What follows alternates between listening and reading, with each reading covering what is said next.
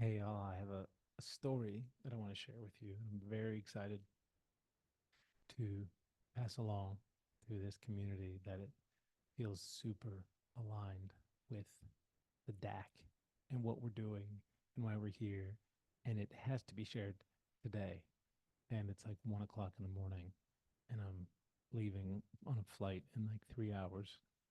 But I felt super compelled to record this before I left. So here's what it is.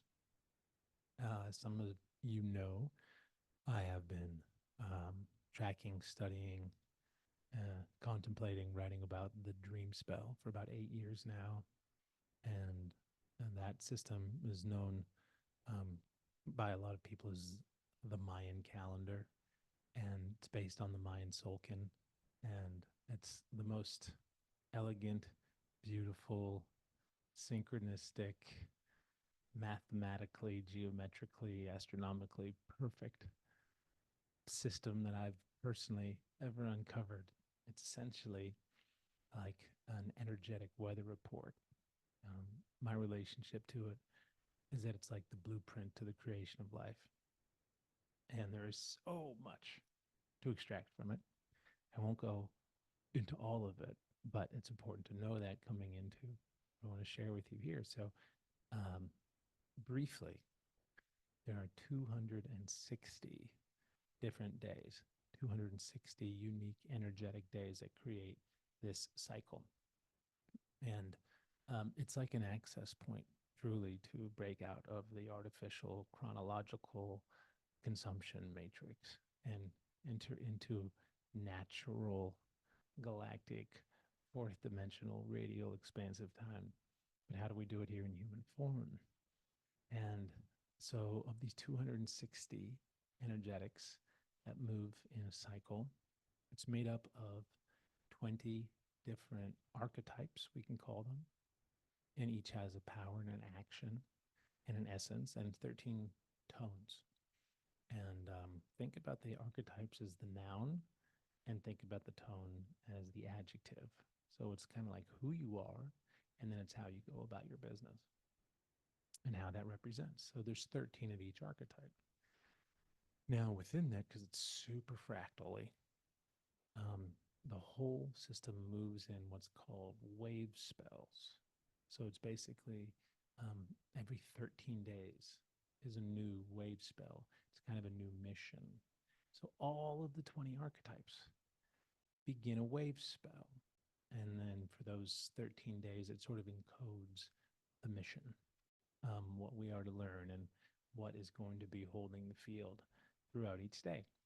So today, we enter into the 20th wave spell of a full 260-day cycle. Today, we begin the final 13 days. And the story to share with you is what that is and how it is so unbelievably beautifully synchronistic and resonant with this community in the deck and what is happening. So thank you for that lead up. Now, I could tell you what today is on its own, but if you know the 19, if you know the whole story leading up to it, it makes it exponentially more powerful. So that story, it's only going to take about 5 minutes, but we're going to go through the order of the wave spells, all 20 of all the archetypes into this one that we are entering into today. And then we'll put it all together.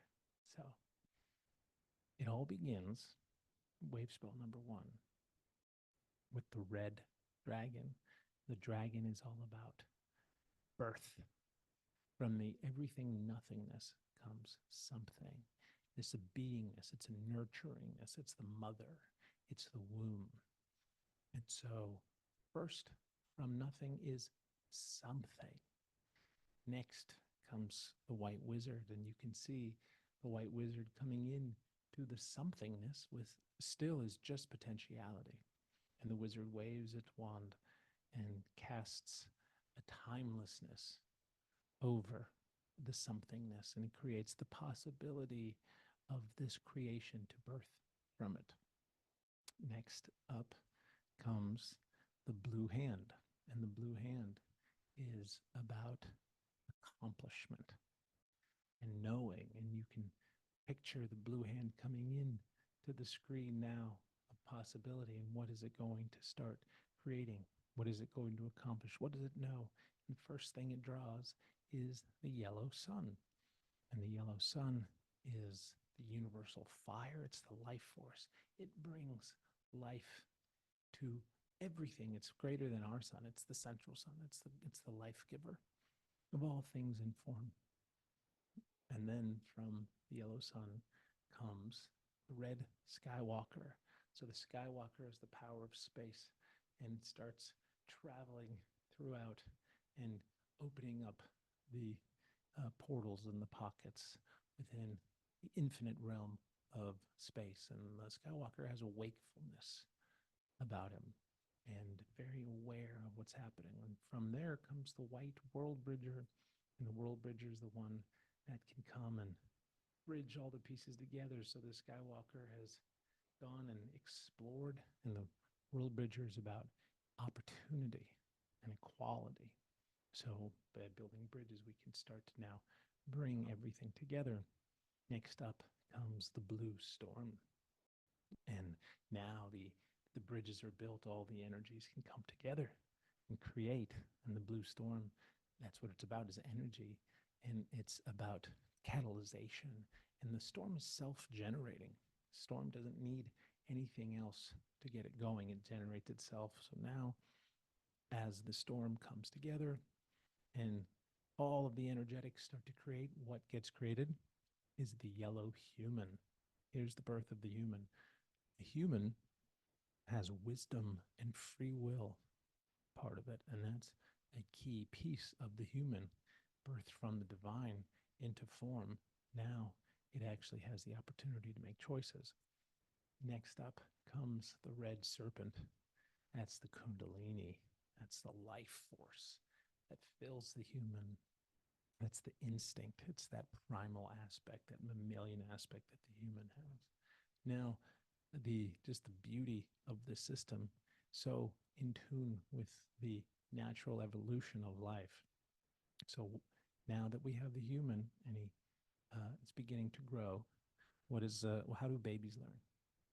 They learn by mirroring. The first thing is the white mirror. So next up, the white mirror, and it creates, imagine being in a hall of mirrors. There's a endlessness that just goes back and forth, and there's an order that the mirror helps us to see, because we get the reflection to be able to actually look within ourselves and within other selves and learn from mirroring. Next up comes the blue monkey, and as we grow, we play. The monkey has the power of magic, and the monkey sees through the illusion. The monkey is still very close to source. It's still young enough that it hasn't been adulterated, so to speak, but it sees the magic. It sees the race car in the cardboard box. It sees the rocket ship in the tree. So now, as the human continues to grow, next up comes the yellow seed. So now we're learning to take care of ourselves. And the seed is about actually sharpening our awareness. And it's, what are we targeting? What are we growing? What are we flowering? What is it that we are looking to the future to create for ourselves? And then where do we put the seed? Next up comes the red earth. And the earth is actually about synchronicity and as a matrix of navigation. So within the earth, all of the pieces work in this beautiful synchronistic symbiotic union.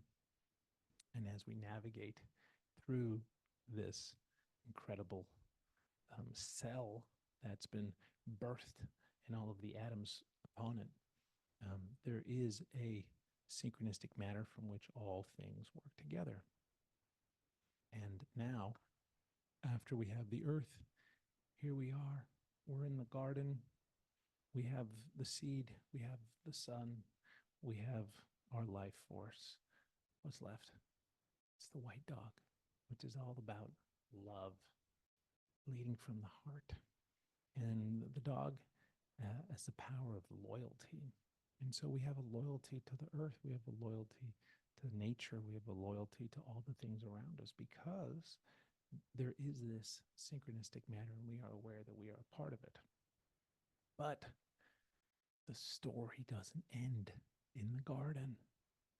Why doesn't the story end in the garden when we have seemingly everything that we need?